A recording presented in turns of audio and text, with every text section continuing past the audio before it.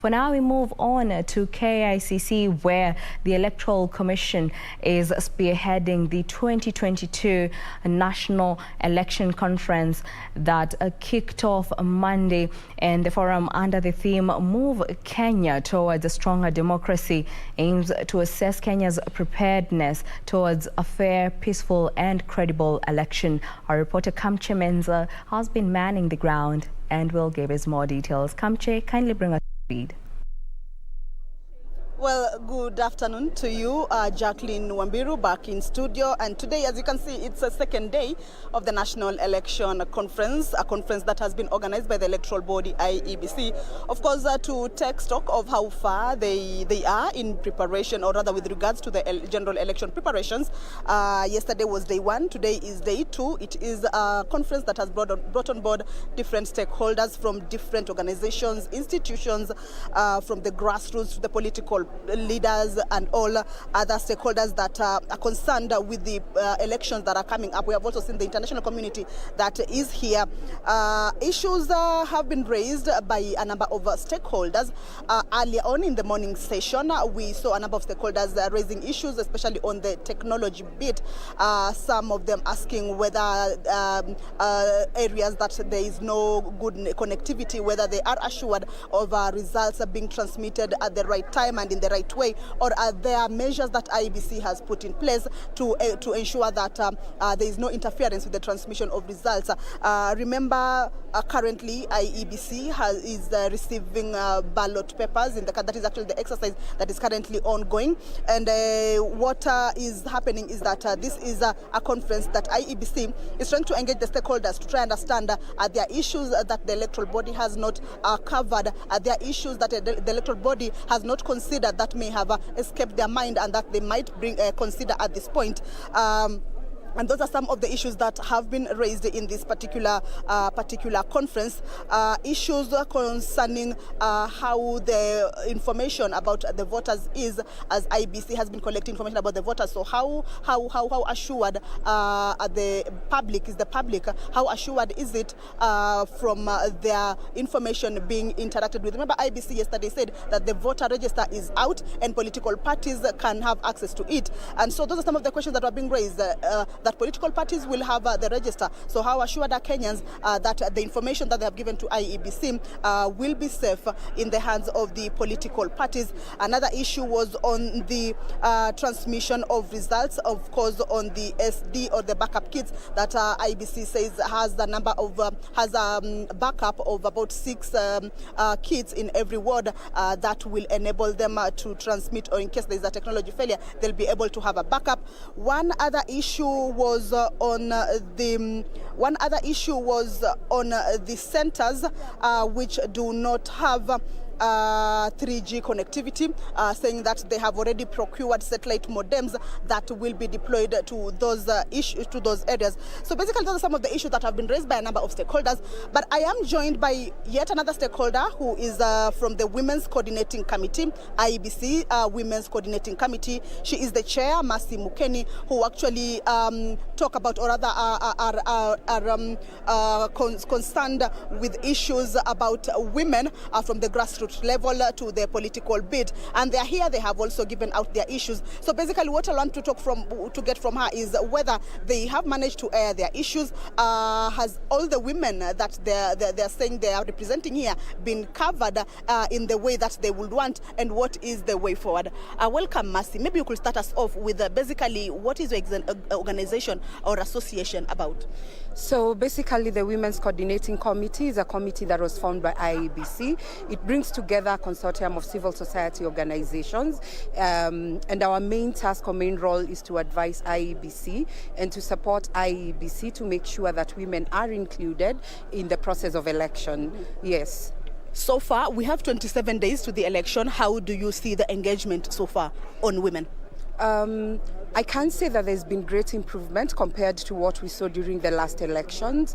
The WCC has been able to go to grassroots levels in different counties and engage women at grassroots level, basically trying to find out what are their issues, and then we are able to have a sit down with the iebc commissioners and the staff at iebc and tell them these are the issues. So there is avenue for women to be heard.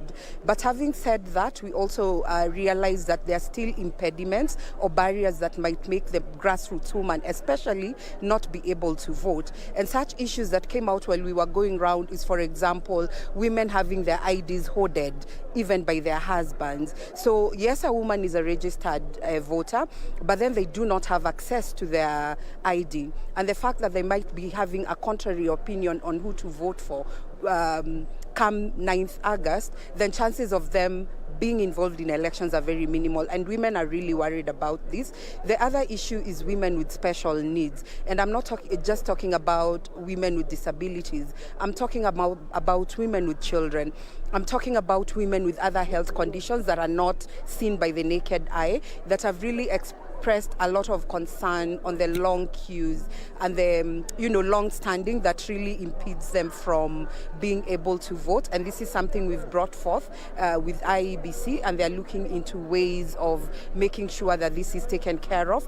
Of course, another concern is security during the voting day and even after. So we know that women have the burden of care. So when there is violence, women shoulder the burden in terms of taking care of the people who are affected, in terms of even, remaining widows and all these stories that we know of. So there's really a lot of concern on women, and they are asking for assurance that there's going to be security. And it was quite interesting and also encouraging to hear the police talk about structures that they've put in place this time round. The other issue that is also of great concern is women are saying they really want their vote to count. And we know that's a cry for every Kenyan. Like, they really want the person they select, the person they choose to be the person who's declared the winner at all levels. And then the big ask, and we are really looking forward to having a big debate with women aspirants to talk to the grassroots women. The grassroots women are asking, what are the aspirants? What is their manifesto? What do they have on the table? This is what we have for them. And so we are looking in the next few weeks to organize, especially Nairobi. We want to start with Nairobi, an aspirants debate. We are looking at MP, Senate, and gubernatorial level, so that women can come and air their views and tell the leaders this is what we want. So I must say that the WCC has given an opportunity for women to engage, and we hope that this is going to continue. We hope that this process will continue even after 9th August, because then the election process is a long process, and to have a woman meaningfully participate requires a lot of empowerment, a lot of information, a lot of civic engagement and civic education, and this is what we look to support IEBC to. So issues that have been raised by the women out there, do you think in this particular forum, this particular conference, your questions have been heard, and are they going to be considered, or could be a little bit too late? I must say quite a number has been had. I was a panelist yesterday, so I was able to also bring out part of these issues, as well as the other panelists who are also talking. So they have been captured during the recap this morning. Those issues stood out quite clearly, and so we are happy about it. But there are others that would take time, especially getting the really marginalized woman to participate in the process. Others do not even have IDs, so that is something that IBC cannot do anything about, but we are looking forward to continuously engage in the next 4 years together with the members of the committee and, grassroots women, other civil society organizations and other stakeholders to continuously educate, engage with women and give them the tools they need. Yes.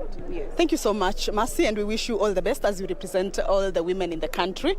So Wamberu, 27 days to the elections. This is a stakeholders meeting, like I told you earlier. Of course, IEBC trying to assess the general preparedness of this particular election. Remember earlier on, IG Hilary Mutyambai was around, and he assured of the country's security during the election period, during during and even after. One thing we also saw is that there was the flagging off of the voter education caravan. It is starting today. Caravans have been flagged off to different counties, Nairobi being the first one, and it is an exercise that the IEBC is actually taking right now to ensure that civic education out there is actually taking place, and the public is sensitized on what is to take place. One other issue that I had forgotten to say on the technology is that they said, unlike 2017, where the agents used to take text of the results and actually forward that to the National Tallying Center. This time it will be different, where they will allow that it's an image that is taken from the polling center or from the polling station and actually forwarded to the National Tallying Center, so that by the time the physical results get to the point, they can actually counter check with the image and see if it fits. So basically that is what is happening here. Different stakeholders bring out the different issues, and of course IEBC trying to respond to whatever they can and assure Kenyans of a free, credible and transparent election. Back to you, Wambiru.